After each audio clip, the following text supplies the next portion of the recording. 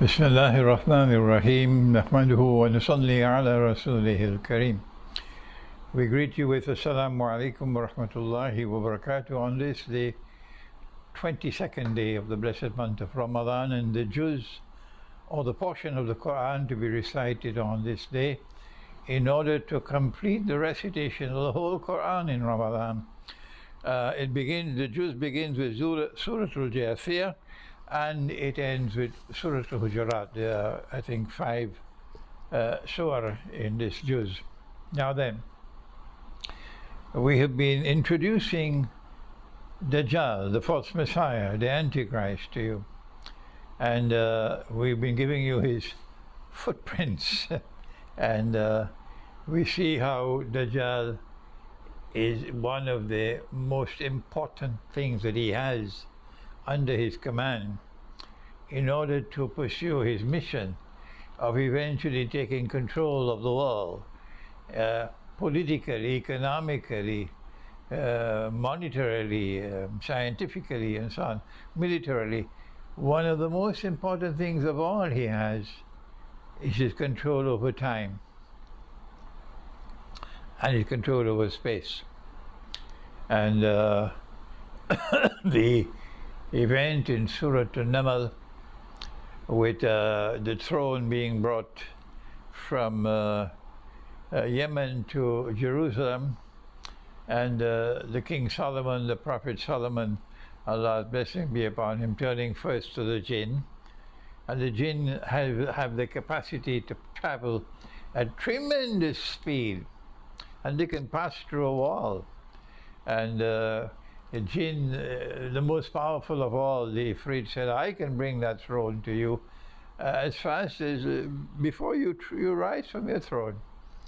And then someone in the court who had the knowledge of the Kitab, he said, I can bring that throne to you.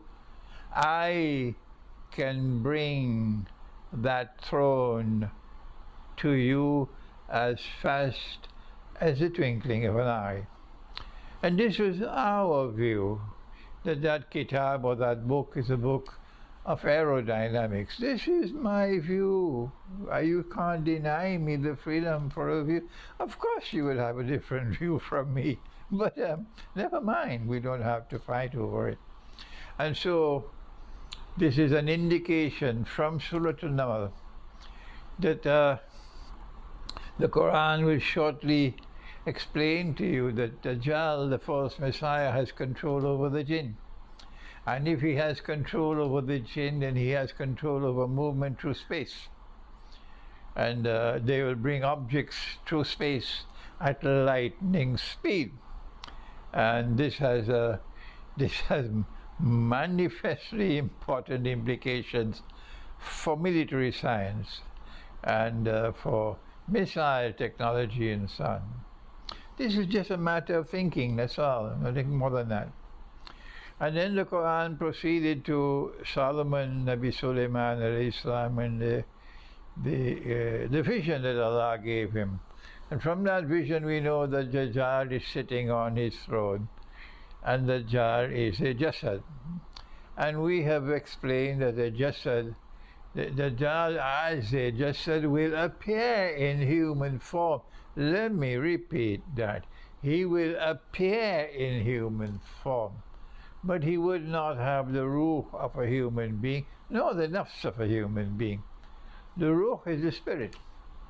The nafs is the self. And Dajjal sitting on the throne, what the implication of that is that when Solomon died, Nabi Sulaiman alayhi salam, everybody knew he was dead, he was buried, except the jinn who were working for Dajjal, because they continued to see Sulaiman alayhi salam, Solomon sitting on the throne. How could he do that? Because he was able to do that because he had the staff of Solomon in his hand. And that staff, like the staff of Moses, which when he threw it on the ground, it became a serpent, a snake. And when he put it under his arm, when he put his hand under his arm came out white and luminous without being in any way ill. So that staff had miraculous qualities in it, and this staff also has miraculous qualities in it. I also have a staff, a walking stick, but it doesn't have any miraculous qualities in it. So the staff had in it miraculous qualities, that it could intervene in time. And he was able to move backward and forward in time. If you could move backward and forward in time, you could show Solomon still alive, and that's what he did. And so the jinn were deceived, and they are still deceived up to now. Elsewhere in the Quran, we have the information that modern Western civilization was created by Dajjal. The scientific and technological revolution, Dajjal is the mastermind, and the jinn are working for him. And that's why this civilization is so unique in human history. Incomparable to any other civilization, modern Western civilization, the power that it had, its political power, its economic power, its monetary power, its scientific and technological power, etc. And to amass this amount of wealth so that it gives you the river. And of course, everybody wants to leave Bangladesh and go to where the water is cool. Oh yes, and every Egyptian wants to go to where the water is cool. In the United States and Canada and Australia and New Zealand and France and Britain and Germany, etc., etc. The West.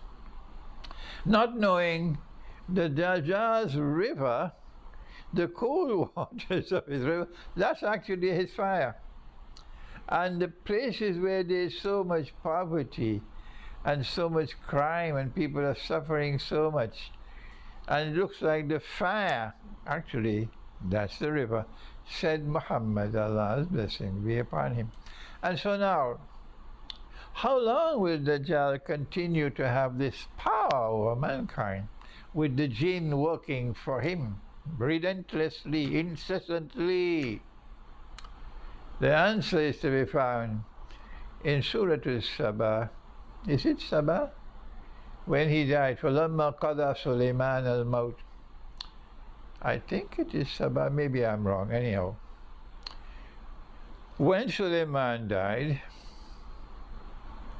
and the jinn did not know that he was dead, they continued to work for Dajjal, the Jasad, until a moment came when Allah created something that would checkmate Dajjal, in the same way that Zulkarnain checkmated Gog and Magog on the first Qarn, and will again do it in the second Qarn. So too is Dajjal checkmated, rendered helpless.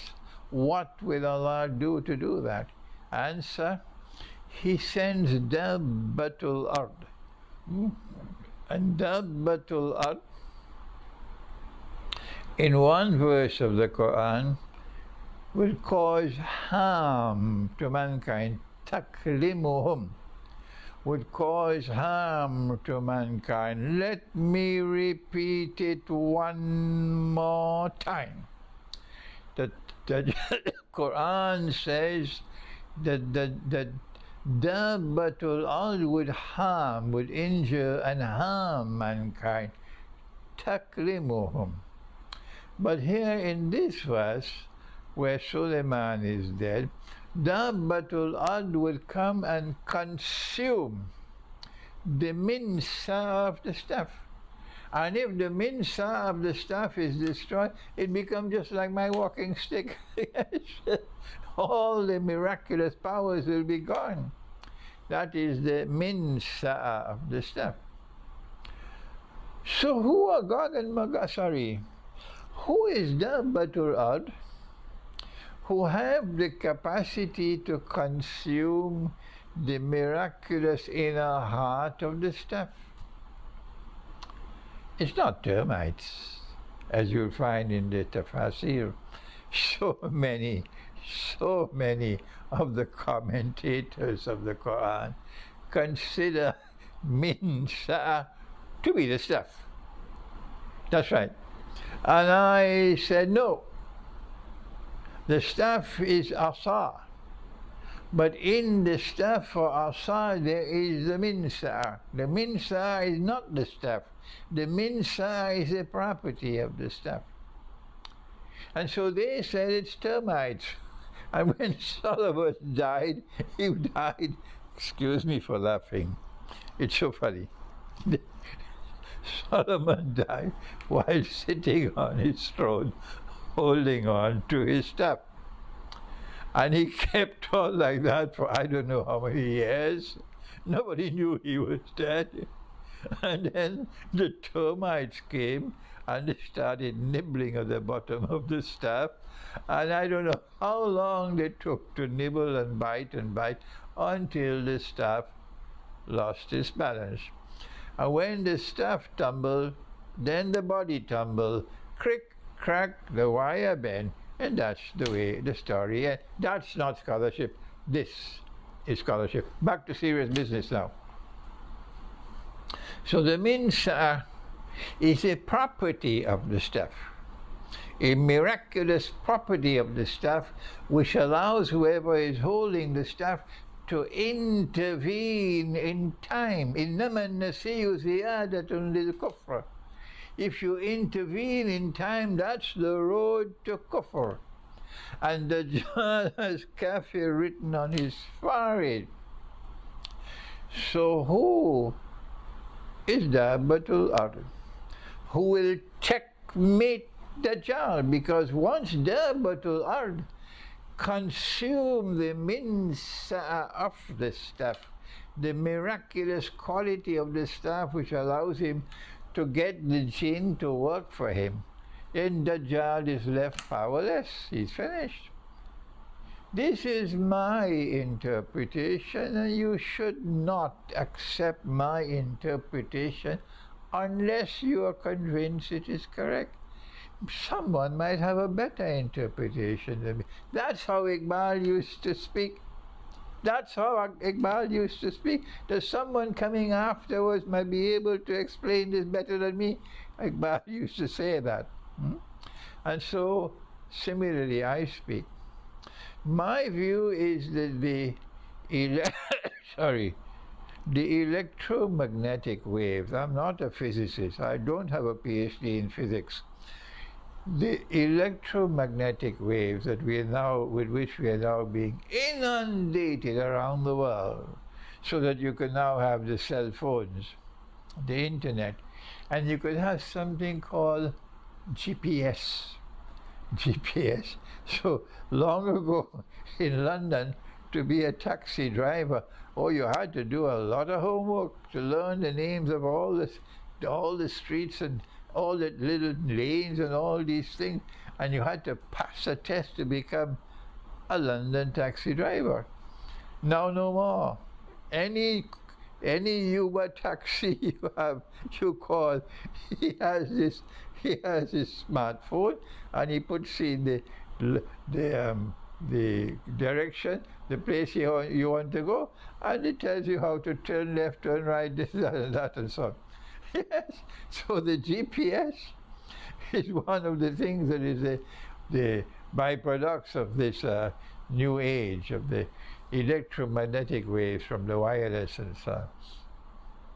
But notice that when this is pervading the atmosphere, the bees can't navigate anymore, and honey production is decreasing. Birds will fall down, small birds will fall from the sky, because you are polluting the atmosphere. Imagine what it's going to be like after nuclear war. So Dabbatul Ard, in my opinion, and I can be wrong. My critics, of course, are never wrong. I can be wrong. That is the Dabbatul Ard is the electromagnetic waves, or whatever other terminology you have better than mine, with which we are now being inundated, and this eventually will destroy the minsa of the staff.